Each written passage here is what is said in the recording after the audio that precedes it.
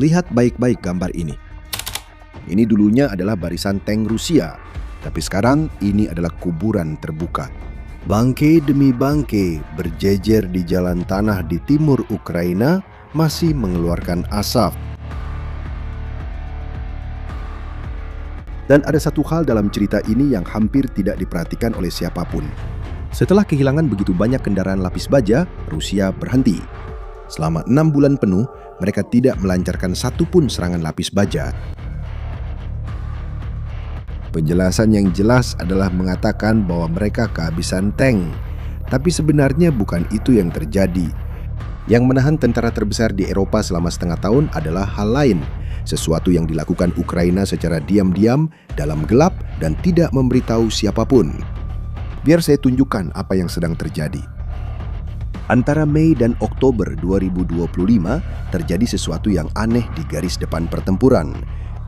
Rusia yang selama perang selalu mengirim gelombang kendaraan lapis baja ke garis pertahanan Ukraina, tiba-tiba berhenti melakukan itu. Sebagai gantinya, kelompok-kelompok kecil mulai bermunculan menggantikan barisan tank. 2-3 tentara merayap di semak-semak, mencoba menyusup tanpa terlihat. Dan dunia melihat itu dan berkata, betapa cerdiknya, taktik baru yang cerdas. Tapi sebenarnya tidak ada yang cerdik dari itu. Sebenarnya, itulah yang tersisa untuk sebuah mesin perang ketika seseorang mengambil bagian terpenting darinya.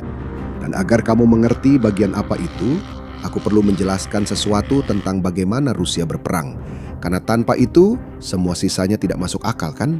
Ada sebuah ungkapan yang digunakan para analis militer untuk menggambarkan tentara Rusia. Itu adalah tentara artileri dengan banyak tank. Perhatikan urutannya. Artileri disebut lebih dulu.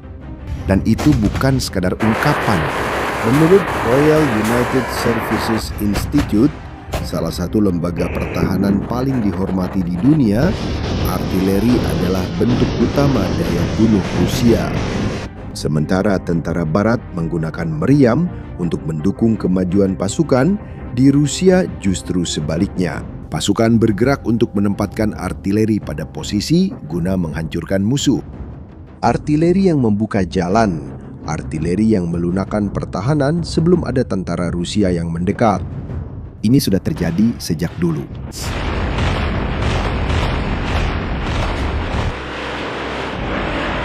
Ini berasal dari doktrin Soviet. Sejak Perang Dunia Kedua, Rusia menggunakan artileri untuk menghancurkan seluruh pertahanan dan seringkali meluluh lantakkan seluruh kota. Itu menjadi ciri khas mereka. Yang Anda lihat di sini adalah BM-21 Grad, peluncur roket multiple. Sistem Soviet yang meluncurkan puluhan roket dalam hitungan detik untuk membanjiri seluruh area dengan api. Hujan api ini adalah ciri khas perang Rusia. Dan tahu tidak, orang Rusia telah belajar melindungi meriam-meriam ini. Mereka berada sekitar 12-15 km di belakang garis depan dan bermalam lebih jauh lagi, hanya maju untuk menembak lalu mundur dengan cepat untuk menghindari serangan balasan.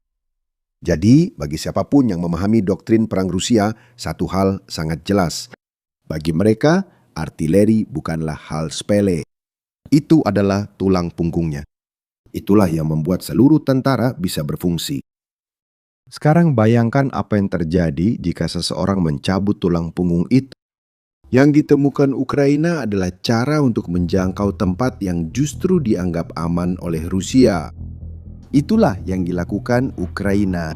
Dan nama operasinya hampir seperti lelucon. Mereka menamainya Oksan. Itu adalah nama jaringan supermarket yang cukup terkenal di Eropa. Itu adalah julukan internal, semacam ejekan untuk salah satu operasi paling menghancurkan dalam perang. Dan yang paling menarik adalah bagaimana itu bermula. Menurut Menteri Pertahanan Ukraina sendiri, Mikhail Fedorov, semuanya dimulai secara tidak sengaja. Sebuah tim sedang mencari target tertentu yang berjarak 25 km. Mereka tidak menemukannya. Jadi mereka akhirnya terbang hampir 50 km ke dalam wilayah yang diduduki.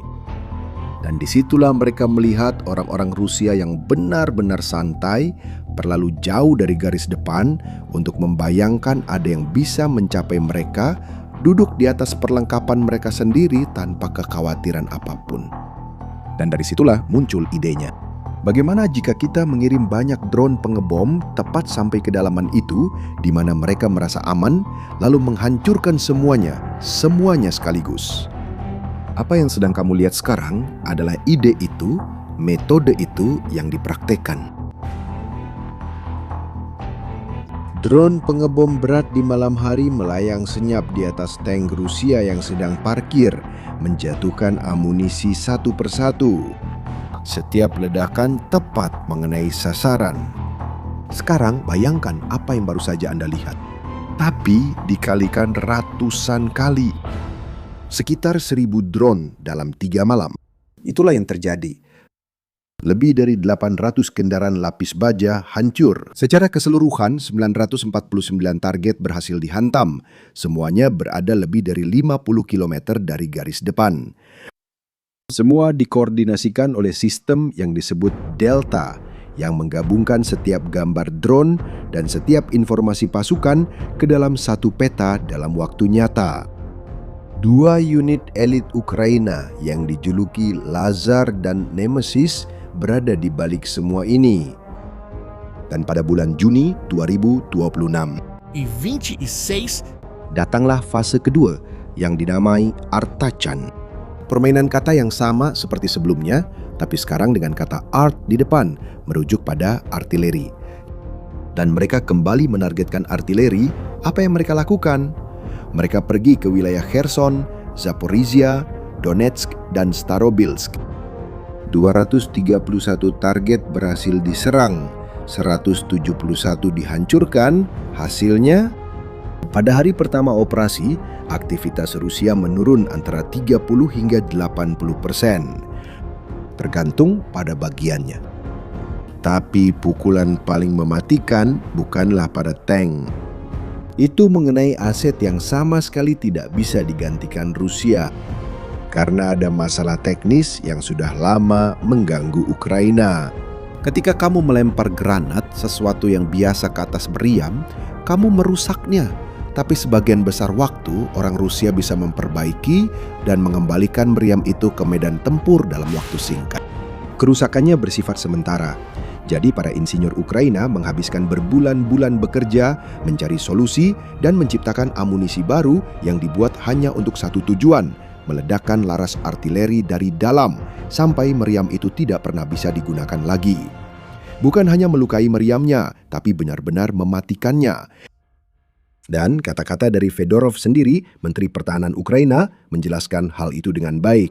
Dia mengatakan bahwa hanya dalam 2 malam, 250 unit artileri Rusia telah dihancurkan dengan amunisi khusus ini. Dan ada konfirmasi video untuk setiap kasus. 250 meriam dimatikan secara permanen dalam 2 malam. Di balik sebagian besar strategi drone ini adalah Kolonel Pavlo Yelizarov dan kelompok Lazar yang bertanggung jawab menghancurkan lebih dari 13 miliar dolar peralatan Rusia selama perang. Dan jika cerita ini menunjukkan sesuatu yang belum kamu ketahui, pastikan kamu tahu dan berlanggananlah ke kanal sekarang, karena kami mengikuti setiap babak perang ini dari dekat dan kamu tidak akan mau ketinggalan apa yang akan terjadi selanjutnya. Dan yang akan terjadi selanjutnya adalah tepatnya apa yang senjata ini sebabkan pada seluruh pasukan. Kenapa? Menghancurkan laras hanyalah permulaan. Coba pikirkan, apa yang tersisa untuk Rusia setelah itu? Karena seluruh pasukan dibangun di sekitar artileri, ambil artilerinya, dan pasukan penyerang akan maju bertempur tanpa perlindungan sama sekali. Tanpa tembakan berat itu yang melunakkan pertahanan Ukraina sebelumnya, tentara Rusia harus menyerang posisi yang jauh lebih kuat dan di atas itu, menghadapi kawanan drone di sepanjang jalan. Hasilnya sangat brutal. Dan bukan saya yang mengatakan itu. Presiden Finlandia Alexander Stubb seorang sumber dari luar konflik, menyatakan hal itu. Perbandingan antara tentara Rusia yang tewas atau terluka dengan tentara Ukraina naik dari 3:1 menjadi 8:1, yaitu 8 tentara Rusia untuk setiap 1 tentara Ukraina. Dia memperkirakan sekitar 35.000 korban di pihak Rusia setiap bulannya. Dan ada data yang merangkum semuanya sejak awal tahun 2026. Operator drone Ukraina telah menyingkirkan 12.500 tentara Rusia, lebih banyak daripada yang berhasil direkrut Rusia dalam periode yang sama. Artinya, kekurangannya semakin besar. Yang Anda lihat sekarang adalah pesawat tempur Ukraina menjatuhkan bom berpemandu presisi ke kelompok penyerang dan posisi Rusia yang tersembunyi di hutan. Inilah jenis pemandangan yang terjadi setiap hari.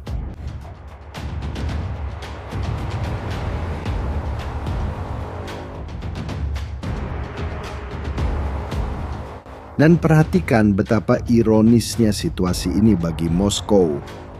Tentara Rusia terus menerima perintah untuk menyerang dengan cara yang sama seperti biasanya, hari demi hari. Hanya dalam kurun waktu 24 jam terakhir, terjadi lebih dari 250 bentrokan di sepanjang garis depan, dengan yang terberat terjadi di sektor Pokrovsk dan Sloviansk. Perintah untuk maju tidak berubah. Yang berubah adalah sekarang orang-orang ini maju tanpa perlindungan tembakan yang seharusnya mendahului mereka. Jadi, taktik baru dan cerdas tentang kelompok 2 prajurit itu sebenarnya bukan taktik sama sekali. Itu adalah keputusasaan. Itu satu-satunya cara untuk menyerang ketika kamu sudah tidak punya apa-apa lagi, untuk menyerang dengan benar. Tapi mungkin kamu sedang berpikir, oke, lalu Rusia tidak bisa pulih? Bukankah tinggal memproduksi lebih banyak saja? Dan di sini kita harus jujur karena ada hambatan nyata. Kenyataannya, Rusia sedang berusaha mengejar ketertinggalan. Rencananya adalah memproduksi lebih dari 7 juta drone pada tahun 2026. 7 juta, itu jumlah yang sangat banyak. Dan akan bodoh jika pura-pura itu tidak penting. Tapi masih ada masalah yang belum bisa mereka atasi. Ukraina sudah beberapa tahun lebih maju. Saat ini, drone FPV Ukraina sudah melampaui drone Rusia dengan perbandingan 1,5:1 di garis depan. Dan keunggulan ini terus bertambah. Hanya pada bulan Mei saja, Ukraina berhasil mengenai hampir 180.000 target militer, sebagian besar menggunakan drone. Dan itu tidak berhenti pada jumlahnya saja. Ukraina sudah mengembangkan drone jarak menengah yang bisa terbang 200 km atau lebih, yang berarti bahkan menarik artileri lebih ke belakang pun tidak menyelesaikan masalah Rusia. Karena pada jarak sejauh itu, meriam sudah menjadi tidak berguna. Ada drone dengan kecerdasan buatan yang bisa mengidentifikasi target sendiri tanpa bergantung pada sinyal satelit, sehingga gangguan elektronik Rusia tidak punya apa-apa untuk diblokir. Dan ada detail yang hampir lucu di tengah semua ini. Ukraina melatih operator untuk menembak jatuh drone bom Rusia Shahed dengan menggunakan versi modifikasi dari game GTA 5 sebagai simulator murah. Inilah realitas perang saat ini. Operator berlatih di dalam video game. Dan tahu apa hasil dari latihan ini di dunia nyata? Drone interceptor Ukraina yang harganya hanya sebagian kecil berhasil mengejar dan meledakkan Shahed Rusia di udara di langit Ukraina.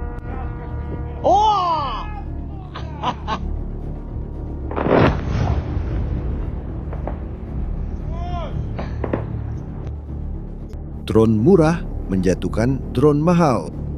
Hambatannya nyata dan Rusia kemungkinan besar akan tetap bersikeras. Tapi Rusia sedang mencoba mengejar dari jauh seseorang yang sudah melaju di depan. Jadi mari kita kembali ke awal pada jeda 6 bulan yang tidak ada yang bisa jelaskan. Sekarang semuanya masuk akal, bukan? Rusia tidak berhenti untuk mengubah taktiknya. Mereka berhenti karena Ukraina diam-diam telah memotong kaki yang menopang tentara Rusia agar tetap berdiri. Ya, seluruh tentara yang dibangun di sekitar artileri tiba-tiba dipaksa bertempur tanpa itu. Dan inilah bagian yang membuat merinding ketika kamu berhenti sejenak untuk memikirkannya. Sebuah mesin perang bisa terlihat mengesankan, ditakuti, tak terhentikan, namun sebenarnya sudah kosong di dalamnya. Raksasa itu terus berjalan seiring waktu, hanya karena inersia, tanpa menyadari bahwa kakinya sudah tidak ada. Itulah yang diungkapkan oleh Operasi Alchambro. Kekuatan militer yang paling ditakuti di dunia hanya bergantung pada satu hal. Dan ketika hal itu dipotong diam-diam, kehancuran sudah dimulai, meskipun belum ada yang menyadarinya. Dan cerita ini belum berakhir, bahkan masih jauh dari selesai. Presiden Volodymyr Zelensky sudah menyetujui inisiatif strategis baru selama 40 hari yang dipimpin oleh Dinas Keamanan Ukraina untuk semakin memperketat pengepungan terhadap penjajah Rusia. Kemungkinan tahap ketiga dari operasi ini mungkin sedang dipersiapkan sekarang. Dan seperti 2 tahap pertama, Rusia baru akan mengetahuinya ketika itu sudah berlangsung. Itulah sebabnya layak untuk tetap di sini. Kisah ini masih akan berkembang dan kita akan meliput setiap langkahnya. Berlanggananlah ke kanal ini dan aktifkan notifikasinya agar kamu tidak ketinggalan. Dan sebelum kamu pergi, jawab satu hal di kolom komentar untuk saya.